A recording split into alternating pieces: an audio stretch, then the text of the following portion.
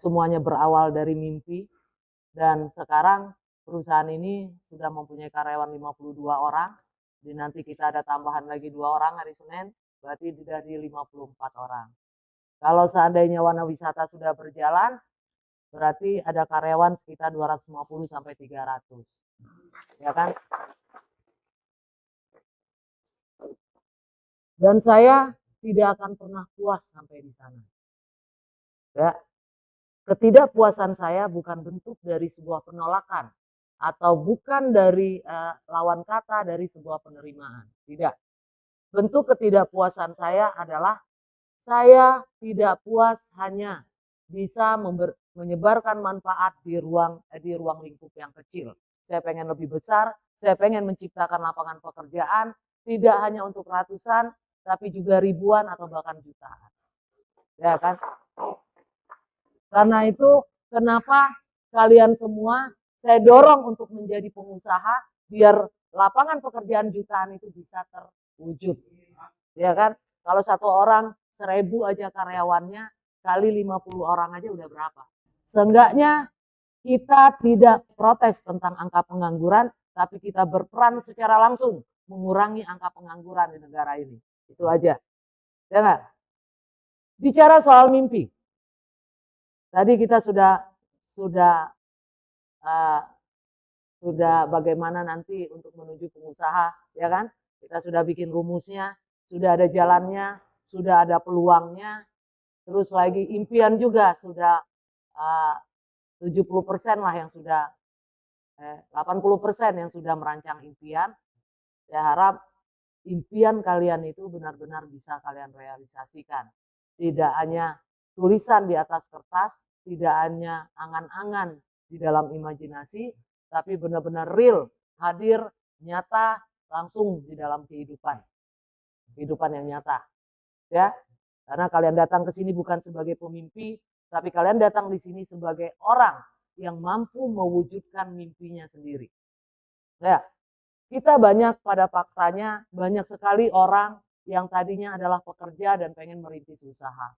Di saat pengen merintis usaha, dia pengen mendapatkan penghasilan yang unlimited, penghasilan yang tidak ditakar, yang tidak ditetapkan. Lu gajian berdasarkan UMR, lu gajiannya per bulan cuma segini. Oh, cuma 1,5 juta, cuma 2,5 juta, cuma 3 juta, 4 juta, 5 atau berapa. Ya kan? Kita tidak seperti itu. Yang kita inginkan adalah keluar dari zona sebagai pekerja. Termasuk sekarang pun kalian harus keluar dari zona sebagai pekerja. Kalau kalian masih terjebak dalam zona pekerja tadi, kalian hanya orang yang pergi pagi pulang sore nunggu gajian akhir bulan. Banyak sekali yang berpikir bahwa habis dari bekerja mau langsung punya usaha. Dengan harapan tadi pengen mendapatkan penghasilan yang unlimited, pengen mendapatkan penghasilan yang lebih besar hanya dari sekedar gaji. Benar nggak? Tapi banyak juga faktanya, di saat keluar kerja, buka usaha, setelah buka usaha bingung. Ya kan? Atau di saat kerja kena PHK atau perusahaannya tutup, dapat pesangon, sudah punya rencana mau buka usaha. Modalnya sudah ada, buka usaha baru sebulan 2 bulan bangkrut.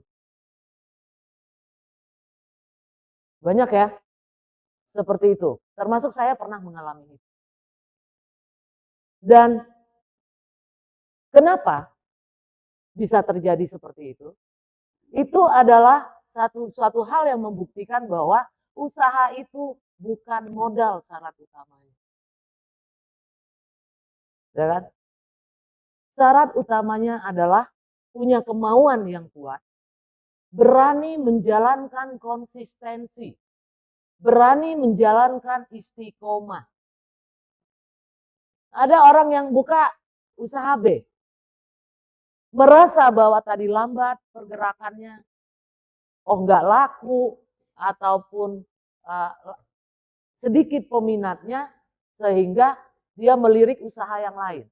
Usaha yang lain karena ngelihat orang kok orang sebelah buka toko sembako, dia rame ya. Keuntungan dia saya tanya per minggunya itu atau per harinya itu sampai jutaan. Wah kalau saya buka itu mungkin saya bisa langsung mendapatkan keuntungan lebih besar seperti itu. Banyak. Benar nggak? Banyak orang yang habis dari usaha A ditinggalkan lari ke usaha B. Begitu dia mencoba usaha B, dia tidak mau dengan prosesnya, pengen langsung hasilnya mencoba lagi usaha C. Sampai akhirnya semua usaha dia lakukan, yang ada bukan mendapatkan profit, tapi malah menumpuk utang. Benar nggak? Nah jadi, kalau kalian di sini keluar dari zona pekerja, kalian adalah menjadi seorang pengusaha, seolah-olah kalian sudah menjadi seorang pengusaha, kalian sekarang sedang belajar bagaimana menjadi entrepreneur. Belajar untuk menjadi seorang pengusaha. Ilmunya dulu, modalnya sudah jelas. Modalnya nanti ada, nggak usah dipertanyakan. Kan ada smart entrepreneur nanti yang akan kita buat. Saya tambahin lagi smart entrepreneur community, bisa jadi, ya kan? Modal ada dari sana, apalagi yang mau kalian pikirkan. Gaji kalian sekarang hanya untuk bertahan hidup. Tugas kalian sekarang bukan bekerja, tapi belajar. Anggaplah sekarang kalian sedang sekolah, ngambil sekolah lagi, sekolah entrepreneur. Ya kan? Sekolahnya gratis, tidak perlu bayar, malah dibayar. Enak nggak? Kan kurang apa? Selain kurang ajar.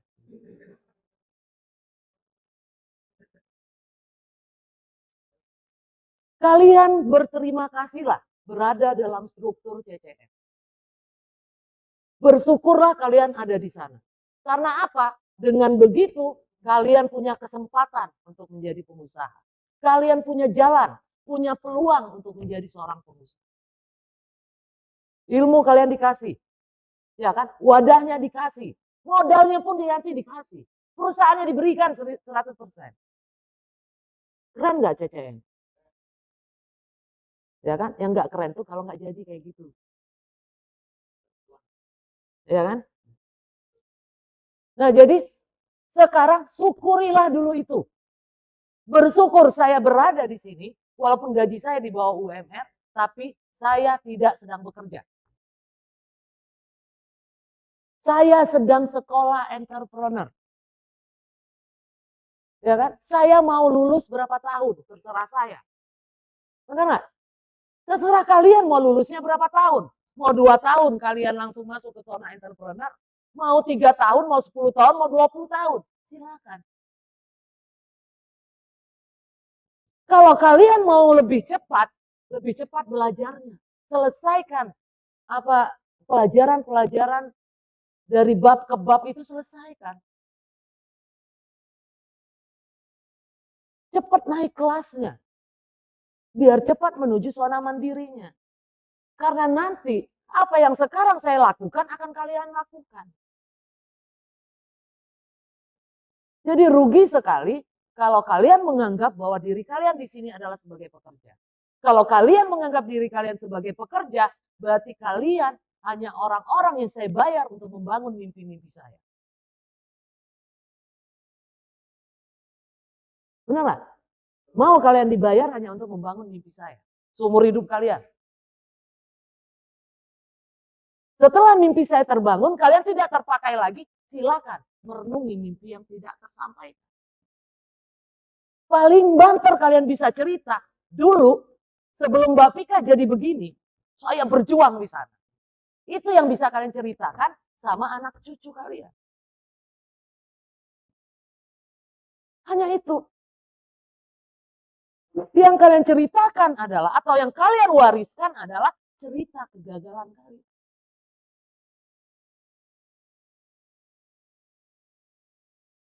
Yang kalian sekarang pola pikirnya sudah tahu, anak cucu kamu nggak butuh itu, gitu loh, nggak butuh cerita lu yang tidak ada endingnya, yang endingnya menyedihkan.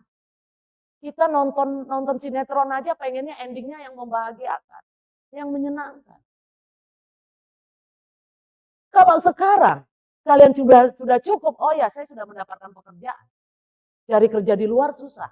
Kalau kita tidak mulai dari sekarang, kalau kita tidak menanamkan bahwa diri kita, hari ini saya sudah menjadi pengusaha. Cuma tahapannya saya sedang belajar ilmunya.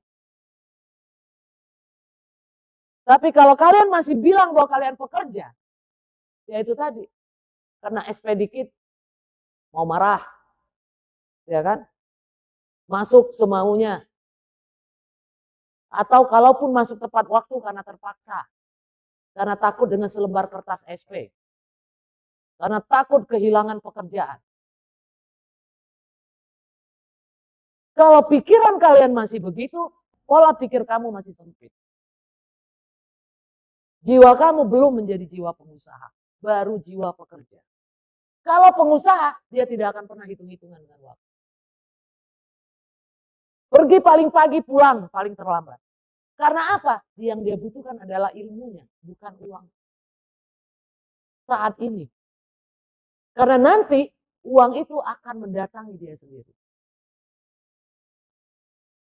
Uang itu yang akan mengalir kepada kehidupan dia sendiri. Karena uang itu sendiri akan menjadi budaknya. Bukan dia yang diperbudak oleh uang. Jadi kalau hari ini skill kalian pun tidak nambah. Prestasi kalian pun masih belum terukir. Belum tertoreh. Masih begitu-begitu aja dari pertama masuk. Kamu tidak maju satu langkah.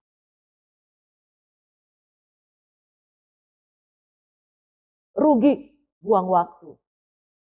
Sama aja dengan kalian sekolah tapi nggak lulus-lulus. Tinggal kelas terus. Hanya karena apa? Hanya karena dijajah oleh rasa malas, dijajah oleh rasa iri, dijajah oleh ambisi dan keserakahan. Bahkan kalian pun tidak merdeka atas diri kalian sendiri. Belum menjadi manusia merdeka.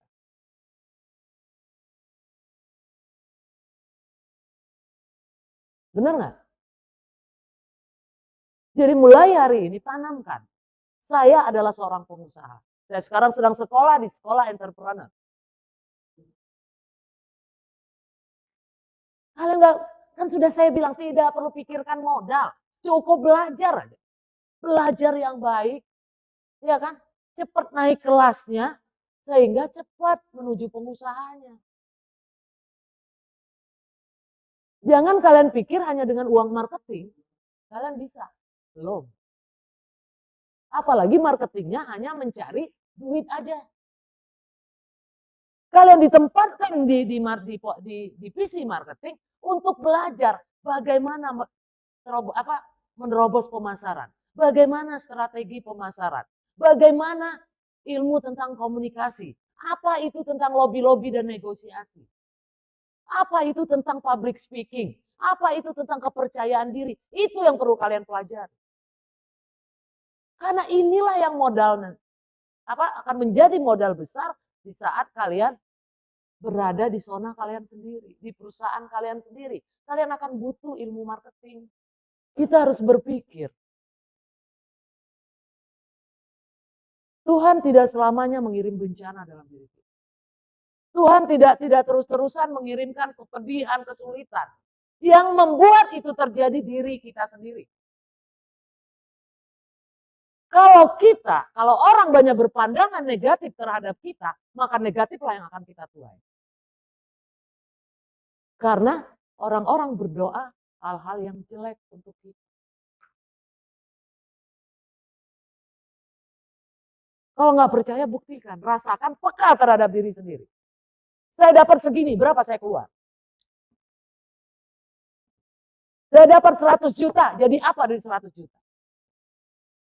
Berkah nggak itu? Makanya move in, periksa niat kita setiap hari. Jadi itu tadi. Karena di pikiran itu selalu panik, selalu khawatir dengan kebutuhan perut. Ya kan? Ngomongnya yakin sama Tuhan. Orang yang luar biasa adalah orang yang berani berbagi. Orang yang berani berbagi, rezekinya akan jauh lebih besar, dan apa yang dia dapatkan akan berkah. Tapi kalau orang yang hanya mengambil atau merampas hak orang lain, berarti siap-siap hak dia akan dirampas.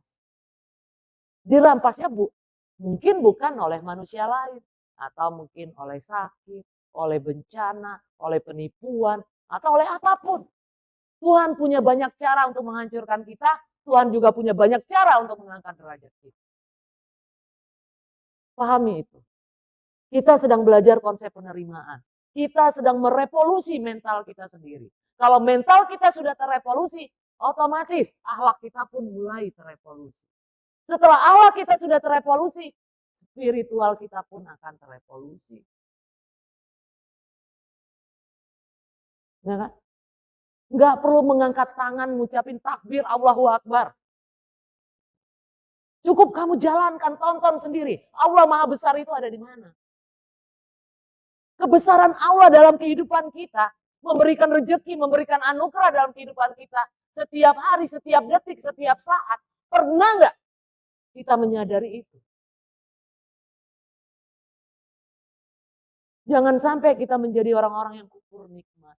Kalau hari ini kita belum menjadi apa-apa, pertanyakan dalam diri sendiri.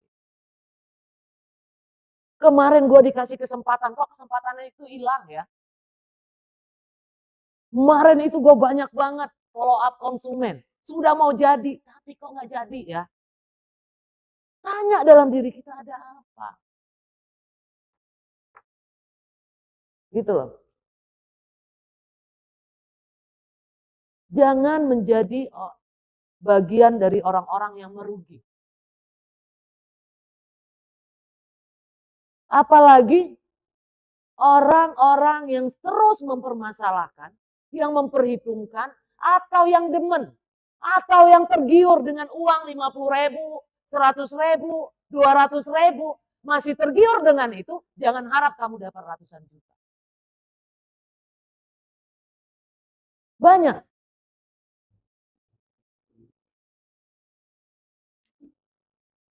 Benar nggak?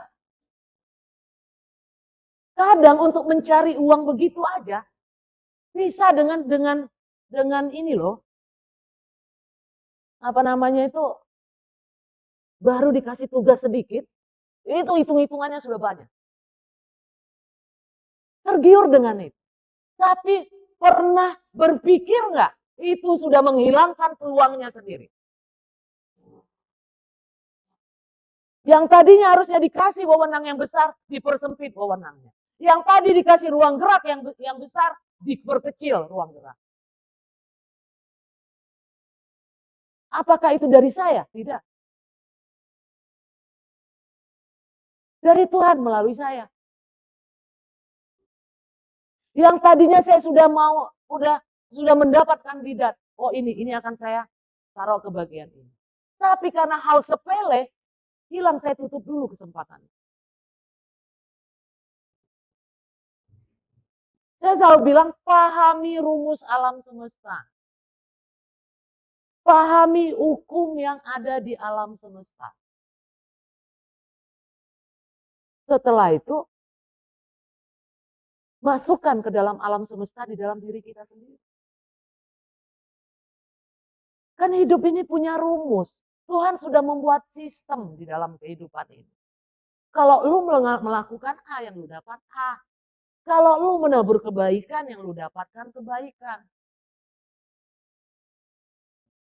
Kalau kamu menabur kejahatan, sudah otomatis yang kamu dapatkan kejahatan. Kalau kamu menyakiti orang lain, yang kamu akan dapatkan rasa sakit dari orang lain.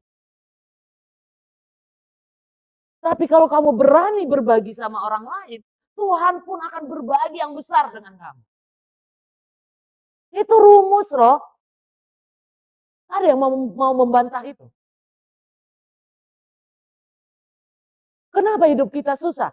Karena kita tidak pernah memahami bahwa di dalam kehidupan ini ada rumusnya tersendiri. Ada hukumnya tersendiri. Ada hukum tarik-menarik, ada hukum sebab akibat, ada hukum proyeksi, ada hukum tindakan, ada hukum pikiran. Di antara hukum alam semesta itu, dengan kasih sayang Tuhan, kita dikasih bagian free will-nya. Kita dikasih kebebasan berkehendak. Itu yang kenapa kita selalu sebut hidup itu pilihan. Terserah kita, kata Tuhan, kamu mau pilih negatif, ya hasilnya negatif. Sudah begitu polanya. Kamu mau pilih yang positif, ya hasilnya positif. Kamu mau pendek apa mau panjang? Gitu. Mau mendapat yang besar atau hanya sekedar receh-receh kecil? Di saat kita mengeluarkan pemberontakan, maka yang akan kamu dapat adalah pemberontakan itu sendiri. Di saat kita kasih penolakan, yang akan kita dapat penolakan itu sendiri. Berarti siapa yang salah? Kalau kita mendapatkan kesusahan. Jangan mengatasnamakan ujian. Itu hanya kalimat hiburan. Lu sendiri yang bikin hidup lu susah. Lu sendiri yang mengundang bencana itu datang. Tuhan itu maha pengasih, maha penyayang. Tuhan tidak pernah memberikan lu atau menciptakan kamu itu sebagai produk gagal. Gak pernah.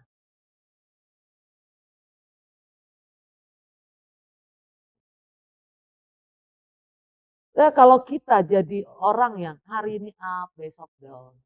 Hari ini termotivasi, besoknya enggak, lembek. Di saat termotivasi semua dikerjakan dengan totalitas. Di saat sedang down semua terserah deh. Gitu. Diabaikan. Enggak capek gitu terus. Capek enggak turun naik gitu kan ya. Baik-baik ada di tangga kedua harusnya menuju tangga 3. Ini 21. Baru nanti sudah termotivasi naik lagi tangga 2. Nanti baperan turun lagi tangga 1. Terus 21. Kapan lu majunya? Sementara kalau kita tetapkan tangga kesuksesan ada 10 tangga. Lu masih punya PR. Ada 8 tangga lagi, ada 8 tahapan lagi yang harus lu lewat. Makanya kalau ngelihat orang sukses, jangan lihat seberapa besar penghasilan dia hari ini. Tapi lihatlah, gitu loh, prosesnya. Seberapa pahit proses yang dia jalani. Seberapa banyak keringat yang dia keluarkan. Seberapa banyak air mata yang sudah dia cucurkan. Hanya untuk mencapai puncak keberhasilan. Ya kan? Tuhan tidak akan memberikan masalah di luar kemampuan kalian. Begitupun kesuksesan. Tuhan tidak akan memberikan kalian kesuksesan di luar kemampuan kalian.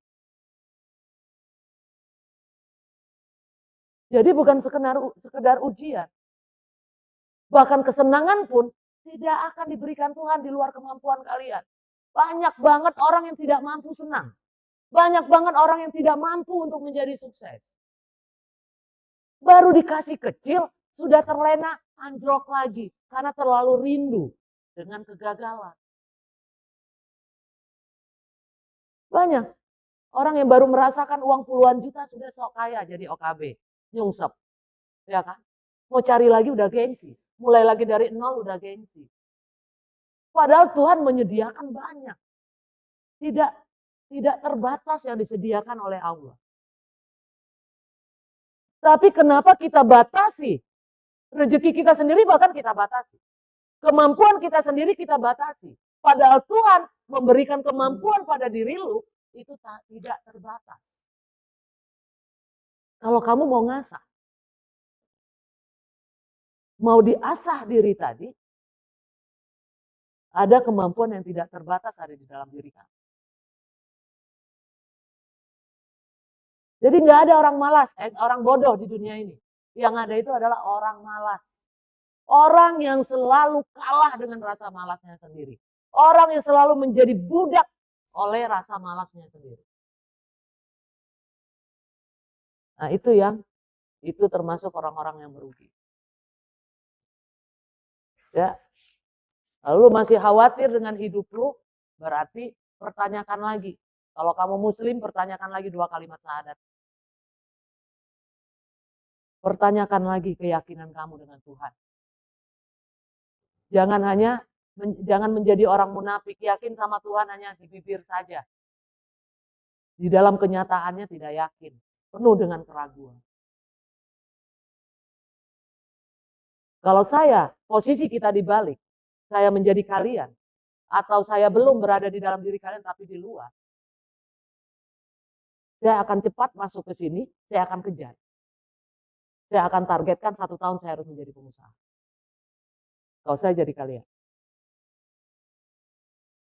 Karena tanpa ada harapan itu, tanpa ada peluang itu, tanpa adanya kesempatan seperti itu, hari ini, walaupun dengan penuh dengan kepahitan prosesnya, hari ini saya sudah berada di tangga keempat, tangga kesuksesan saya.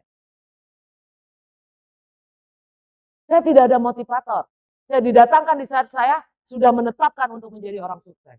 Saat saya sudah menetapkan untuk menjadi pengusaha. Di saat saya menjadi pengusaha, apakah saya sudah berteman dengan para pengusaha? Belum. Saya masih berteman dengan para buruh yang memang pikirannya masih pola pikirnya sama kayak saya. Tapi keinginannya ada di dalam hati. Karena saya tidak bisa. Saya tidak kuat. Saya tidak mau lagi mengulangi satu kesalahan yang sama di saat saya tidak mampu memberikan sebuah permintaan. Nyokap saya waktu itu hanya minta beliin nasi uduk harganya 2.000, saya nggak mampu. Akhirnya apa? Saya tetapkan saya harus jadi orang kaya. Nyokap gua minta nasi uduk harganya 2.000 aja gua nggak mampu. Ya kan? Dari sana saya putuskan, saya harus jadi orang kaya. Orang kaya harga mati. Karena kalau saya jadi orang miskin, bahkan adik-adik saya pun tidak akan bisa saya bantu. Bahkan diri saya sendiri tidak bisa saya bantu. Tetapi dengan jadi orang kaya, saya bisa berbuat baik semau saya. Saya bisa berbuat baik sesuka hati saya. Tanpa ada pertimbangan.